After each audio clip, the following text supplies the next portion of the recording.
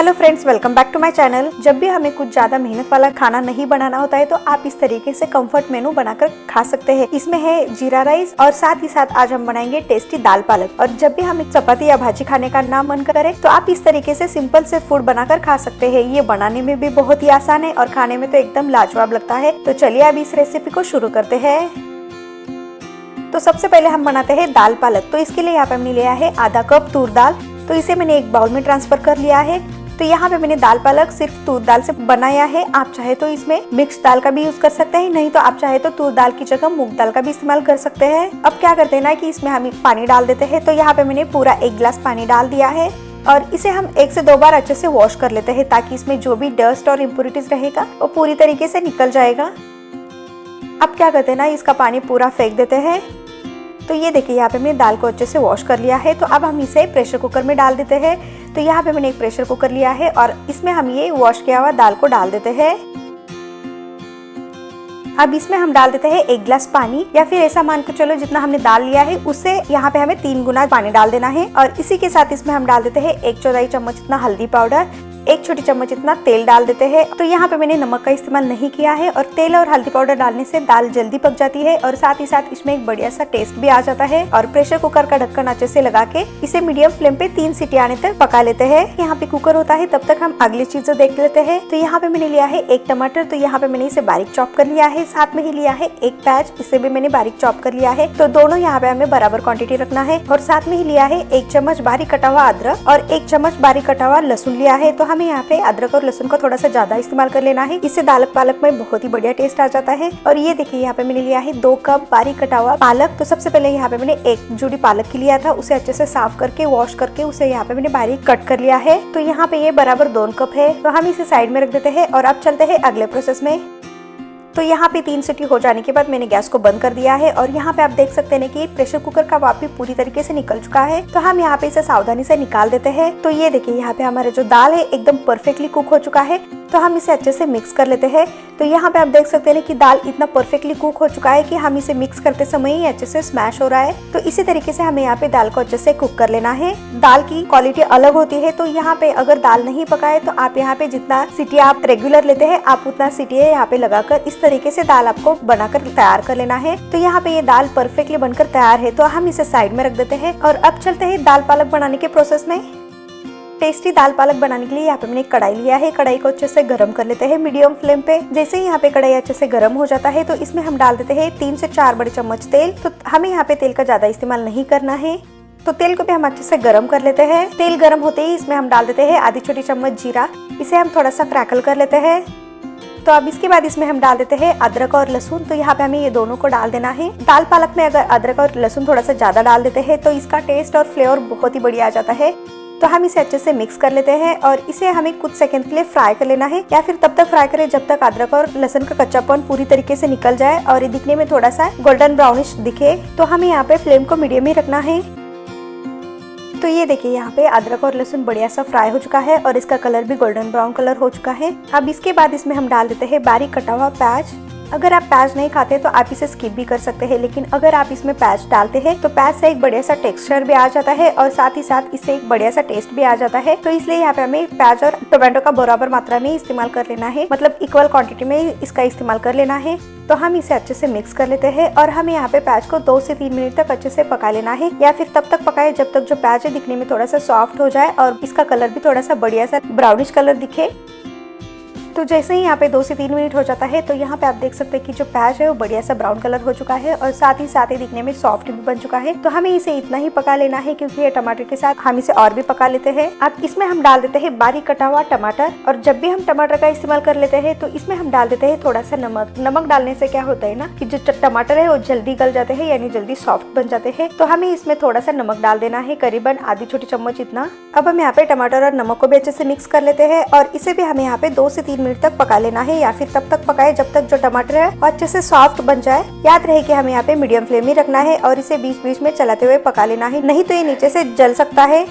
तो ये देखिए यहाँ पे टमाटर और प्याज बढ़िया सा पक चुका है और यहाँ पे आप देख सकते हैं कि जो टमाटर है वो बढ़िया से सॉफ्ट बन चुका है। तो अब इसके बाद इसमें मसाला ऐड कर लेते हैं। तो इसमें हम डाल देते हैं लाल मिर्च पाउडर। तो यहाँ पे मैंने 1.5 चम्मच इतना लाल मिर्च पाउडर डाल दिया है। आप अपने टेस्ट के अकॉर्डिंग तीखा कम ज्यादा कर सकते हैं।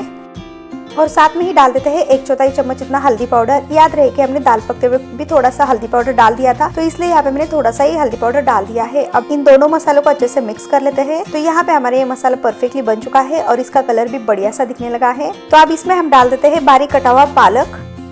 तो ये देखिए यहाँ पे मैंने पूरा पालक को अच्छे से डाल दिया है। अब क्या करते हैं ना कि हम इन सबको अच्छे से मिक्स कर लेते हैं और इस पालक को हमें 2 मिनट तक अच्छे से पका लेना है, या फिर तब तक पकाए जब तक ये जो पालक है दिखने में थोड़ा सा डार्क दिखे और इसकी क्वांटिटी भी थोड़ी सी कम हो जाए। तो जैसे यहाँ पे पालक पक जाता है तो इसकी क्वांटिटी बहुत ज्यादा कम हो जाती है और ये दिखने में भी बहुत ज्यादा डार्क दिखता है। तो हमें यहाँ पे इसे लो टू मीडियम फ्लेम पे अच्छे से पका लेना है। तो ये देखिए यहाँ पे मैंने पालक को 2 मिनट तक अच्छे से पका लिया है और यहाँ पे ये पालक अच्छे से सॉफ्ट भी हो चुका है और इसकी क्वांटिटी भी कम हो चुकी है। इसका मतलब यहाँ पे ये पालक अच्छे से पक चुका है। तो अब इसके बाद इसमें हम डाल देते हैं दाल। तो अब इस दाल को भी हम अच्छे से मिक्स कर लेते हैं। तो ये देखिए यहाँ पे मैंने दाल को अच्छे से मिक्स कर लिया है। अब इसके बाद इसमें हम डाल देते हैं पानी। तो हमें यहाँ पे गर्म पानी का ही इस्तेमाल कर लेना है। तो यहाँ पे मैंने 1 गिलास पानी डाल दिया है। अब इसे अच्छे से मिक्स कर लेते हैं और यहाँ पे मुझे अभी भी गाढ़ा लग रहा है, तो इसके बाद इसमें यहाँ पे मैंने फिर से 1 गिलास इतना पानी डाल दिया है। तो यहाँ पे मैंने टोटल 2 गिलास इतना पानी डाल दिया है। और यहाँ पे आप देख सकते हैं कि मिक्स करने के बाद ये जो दाल पालक है दिखने में बढ़िया सा दिखने लगा है। और अब हम यहाँ पे इसकी कंसिस्टेंसी चेक कर लेते हैं। तो यहाँ पे आप देख सकते हैं कि दाल पालक परफेक्टली कंसिस्टेंसी में है, ना ही ज्यादा गाढ़ा है और ना ही ज्यादा पतला है। तो हमें यहाँ पे इसी तरीके से कंसिस्टेंसी रखना है। और यहाँ पे ये दाल पालक पकने के बाद और भी थोड़ा सा गाढ़ा बन जाता है। तो हमें यहाँ पे बहुत ज्यादा पतला भी नहीं रखना है और बहुत ज्यादा गाढ़ा भी नहीं रखना है, नहीं तो इसका टेस्ट बढ़िया से नहीं लगता है। अब इसमें हम डाल देते हैं 1 चम्मच नमक, या फिर आप अपने टेस्ट के अकॉर्डिंग नमक डालें। याद रहे कि हमने नमक टमाटर पकते वक्त भी डाल दिया था, तो यहाँ पे आप हिसाब से नमक डालें। नमक डालने के बाद इसे अच्छे से मिक्स कर लेते हैं। तो अब हम यहाँ पे इसे 2 से 3 मिनट तक लो टू मीडियम फ्लेम पे पका लेते हैं। वैसे तो यहाँ पे दाल भी पका हुआ है और साथ ही साथ हमने पालक को भी अच्छे से पका लिया था। तो यहाँ पे ये पकने के लिए ज्यादा समय नहीं लगता है, बस इसमें से एक बढ़िया सा उबाल आ जाए तब तक हमें यहाँ पे इसे पका लेना है। तो यहाँ पे मीडियम फ्लेम पे 2 मिनट तक यहाँ पे मैंने दाल को अच्छे से पका लिया। तो हम यहाँ पे इसे अच्छे से मिक्स कर लेते हैं और यहाँ पे आप देख सकते हैं ना कि इसमें बढ़िया सा उबाल भी आ चुका है और साथ ही साथ हमारे यहाँ पे दाल पालक परफेक्टली बनकर तैयार है। तो ये देखिए यहाँ पे आप देख सकते हैं ना कि दाल पालक की कंसिस्टेंसी एकदम परफेक्ट है। तो इसी तरीके से अगर हम दाल पालक बनाते हैं तो इसका टेस्ट एकदम लाजवाब लगता है। तो यहाँ पे हमारे ये टेस्टी सा दाल पालक बनकर तैयार है। तो इसका टेस्ट और भी बढ़ाने के लिए हम इसमें थोड़ा सा तड़का लगा देते हैं। तो यहाँ पे मैंने एक तड़का पैन लिया है। अब इसमें हम डाल देते हैं 1 चम्मच घी। तड़का घी में बहुत ही टेस्टी लगता है, इसलिए यहाँ पे मैं घी का इस्तेमाल कर लिया है और घी को भी हम अच्छे से गर्म कर लेते हैं। तो अब इसमें हम डाल देते हैं थोड़े से अदरक और साथ ही यहाँ पे हम डाल देते हैं थोड़े से बड़े टुकड़े में कट किया हुआ लहसुन। तो यहाँ पे मैंने 3 से 4 लहसुन की कलियां लिया था, इसे बारीक चॉप कर लिया है। अब हम यहाँ पे इन दोनों को अच्छे से फ्राई कर लेते हैं गोल्डन ब्राउन हो जाने तक। और इसके बाद इसमें हम सूखी लाल मिर्च को थोड़ा सा तोड़ के डाल देते हैं। तो यहाँ पे अदरक लहसुन बढ़िया सा गोल्डन ब्राउन कलर हो चुका है। तो अब इस स्टेज पे हम गैस को बंद कर देते हैं और गैस बंद हो जाने के बाद इसमें हम डाल देते हैं 1 चम्मच कश्मीरी लाल मिर्च पाउडर। ये तीखा नहीं होता है, इससे कलर बहुत ही बढ़िया आ जाता है। तो अब इस तड़के को हम दाल पालक में डाल देते हैं और इसे हल्के हाथों से मिक्स कर लेते हैं। तो ये देखिए यहाँ पे हमारी तड़के वाली दाल पालक दिखने में कितना बढ़िया और कितना टेस्टी दिखने लगा है। तो इस तरीके से बढ़िया सा दाल पालक परफेक्टली बनकर तैयार है। तो अब चलते हैं फटाफट जीरा राइस बनाने के प्रोसेस में। टेस्टी जीरा राइस बनाने के लिए यहाँ पे मैंने 1 गिलास बासमती राइस लिया है। अब हम इसे एक बाउल में ट्रांसफर कर लेते हैं। तो यहाँ पे मैंने बासमती राइस का इस्तेमाल कर लिया है, आप चाहे तो कोई भी ब्रांड का राइस इस्तेमाल कर सकते हैं। तो अब इसमें हम डाल देते हैं पानी और इसे हम अच्छे से 1 से 2 बार वॉश कर लेना है, ताकि इसमें से जो भी डस्ट और इम्प्योरिटी जो भी पाउडर रहेगा वो पूरी तरीके से निकल जाएगा। तो हम इस पानी को फेंक देते हैं और इस राइस को हमें भिगोकर नहीं रखना है, बस इसे वॉश कर लेना है और तुरंत इसका यूज कर लेना है। जीरा राइस बनाने के लिए यहाँ पे मैंने एक पैन लिया है, पैन को अच्छे से गर्म कर लेते हैं मीडियम फ्लेम पे। अब इसमें हम डाल देते हैं घी। तो यहाँ पे मैंने 1.5 चम्मच घी इतना डाल दिया है। जीरा राइस घी में बहुत ही टेस्टी लगता है, इसलिए यहाँ पे मैंने घी का इस्तेमाल कर लिया है। आप चाहे तो तेल या बटर का भी इस्तेमाल कर सकते हैं। घी को हम अच्छे से गर्म कर लेते हैं। अब फ्लेवर्स के लिए इसमें हम डाल देते हैं 1 बड़ी इलायची। तो हम इसे थोड़ा सा तोड़ के डाल देते हैं ताकि इसका फ्लेवर बहुत ही बढ़िया आ जाए। और साथ ही डाल देते हैं 1 तेज पत्ता। तो यहाँ पे मैंने इसे थोड़ा सा तोड़ के डाल दिया है। तो यहाँ पे मैंने इसे थोड़ा सा फ्लेवर्स के लिए डाल दिया है। तो यहाँ पे ये टोटली ऑप्शनल है, आप चाहे तो इसे स्किप भी कर सकते हैं। तो इन दोनों को हम थोड़ा सा फ्राई कर लेते हैं कुछ सेकंड के लिए। अब इसमें हम डाल देते हैं आधी इंच इतना दालचीनी, इसे भी हम अच्छे से थोड़ा सा फ्राई कर लेते हैं। अब इसके बाद इसमें हम डाल देते हैं मेन इंग्रेडिएंट जो है जीरा। तो हम यहाँ पे पूरा 1 चम्मच इतना डाल देना है। जितना हम जीरा ज्यादा डालते हैं उतना ही टेस्टी लगता है। तो जीरा डालने के बाद इन सबको अच्छे से फ्राई कर लेना है कुछ सेकंड के लिए, या फिर जीरा बढ़िया सा फ्राई हो जाए तब तक हम इसे अच्छे से फ्राई कर लेते हैं। अब इसमें हम डाल देते हैं वॉश किया हुआ राइस। तो यहाँ पे मैंने ये पूरा राइस अच्छे से डाल दिया है। अब हम यहाँ पे इसे 1 से 2 मिनट तक अच्छे से भून लेते हैं। अगर आप राइस को भूनते हैं तो जीरा राइस बहुत ज़्यादा टेस्टी लगता है, तो आप इस स्टेप को बिल्कुल भी स्किप ना करें। तो यहाँ पे 2 मिनट तक भूनने के बाद इसमें हम डाल देते हैं पानी। तो यहाँ पे हमें 2 ग्लास पानी डाल देना है। 1 ग्लास चावल के लिए 2 ग्लास पानी हमें यहाँ पे डाल देना है। अगर आप प्रेशर कुकर में बना रहे हैं तो आप यहाँ पे 1 ग्लास के लिए 1.5 ग्लास इतना पानी डाल देना है। तो हम यहाँ पे इसे बढ़िया सा मिक्स कर लेते हैं। तो यहाँ पे मिक्स करते समय थोड़ा सा दिक्कत आ रहा था, तो इसलिए यहाँ पे मैंने तेज पत्ता को निकाल दिया है। वैसे तो तेज पत्ता का फ्लेवर घी में बढ़िया सा उतर चुका है, तो इसलिए यहाँ पे मैंने तेज पत्ता को निकाल दिया है। और इसे मिक्स करने के बाद इसमें हम डाल देते हैं नमक। तो यहाँ पे मैंने 1 छोटी चम्मच इतना नमक डाल दिया है। आप अपने टेस्ट के अकॉर्डिंग नमक डालें। नमक को भी हम अच्छे से एक बार मिक्स कर लेते हैं। अब हम यहाँ पे फ्लेम को हाई कर देते हैं और इसे पूरा कवर करके एक उबाल आने तक पका लेते हैं। इसमें उबाल आने के लिए 2 से 3 मिनट लग सकता है। तो ये देखिए इसमें बढ़िया सा उबाल आ चुका है। तो हम यहाँ पे पैन का ढक्कन निकाल देते हैं और इसे एकदम हल्के हाथों से मिक्स कर लेते हैं। याद रहे कि इस टाइम पे राइस टूटने के चांसेस रहते हैं, तो इसलिए यहाँ पे हमें एकदम हल्के हाथों से इसे एक बार मिक्स कर लेना है। और इस स्टेज पे हमें फ्लेम को मीडियम कर देना है और 70 to 80% इस तरीके से, जैसे मैंने वीडियो में दिखाया, इस तरीके से हमें इसे कवर कर लेना है और इसे 4 से 5 मिनट तक या फिर थोड़ा सा पानी पूरा खत्म हो जाए तब तक इसे पका लेना है।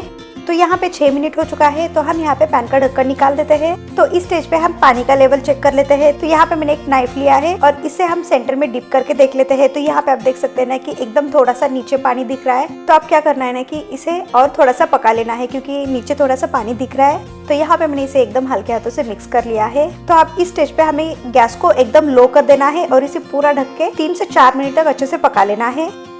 3 मिनट के बाद यहाँ पे मैंने ढक्कन निकाल दिया है और ये देखिए यहाँ पे हमारा बढ़िया सा जीरा राइस परफेक्टली बनकर तैयार है। तो ये देखिए यहाँ पे अभी पूरा पानी खत्म हो चुका है और ये देखिए यहाँ पे जो राइस है वो भी परफेक्टली सॉफ्ट बन चुका है, मतलब परफेक्टली कुक हो चुका है। अब लास्ट में इसमें हम डाल देते हैं बारीक कटा हुआ धनिया पत्ता। धनिया पत्ता डालने से खुशबू और टेस्ट दोनों बहुत ही बढ़िया आता है और साथ ही दिखने में भी बहुत ही लाजवाब दिखता है। और इसे हमें एकदम हल्के हाथों से मिक्स कर लेते हैं। तो ये देखिए यहाँ पे हमारा टेस्टी जीरा राइस एकदम सिंपल तरीके से परफेक्टली बनकर तैयार है और साथ ही दिखने में बहुत ज्यादा खिला खिला दिखने लगा है। जीरा राइस के ऊपर नींबू डाल के खाने में बहुत ही मजा आता है। तो आप इसे नींबू डाल के और साथ ही साथ आप इसे दाल पालक के साथ खाओगे तो ये कंफर्ट फूड आपको बहुत ज्यादा पसंद आ जाएगा। तो आप चलते हैं इसे सर्व करने के प्रोसेस में। सर्व करने के लिए यहाँ पे मैंने एक सर्विंग प्लेट लिया है। तो अब इस प्लेट में हम हाफ पोर्शन में डाल देते हैं जीरा राइस और हाफ पोर्शन में हम डाल देते हैं टेस्टी तड़के वाली दाल पालक। तो यहाँ पे आप देख सकते हैं कि जो जीरा राइस है दिखने में परफेक्टली दिखने लगा है और साथ ही बहुत ज्यादा खिला खिला भी बन चुका है। और दूसरे साइड में हमने जो बना लिया है दाल पालक, तो ये बहुत ज्यादा टेस्टी है और हमने इसे बहुत सिंपल तरीके से और कम मसाले में और कम तेल में बनाया, तो खाने में बहुत ज्यादा टेस्टी भी है और हेल्दी भी है। तो आप इसे एक बार बनाकर जरूर ट्राई करें। जब भी आपका मन करे सिंपल सा या टेस्टी फूड खाने का, तो आप इस तरीके से कंफर्ट फूड बनाकर खा सकते हैं। बनाने में भी ये आसान है और खाने में तो ये बहुत ही लाजवाब लगता है।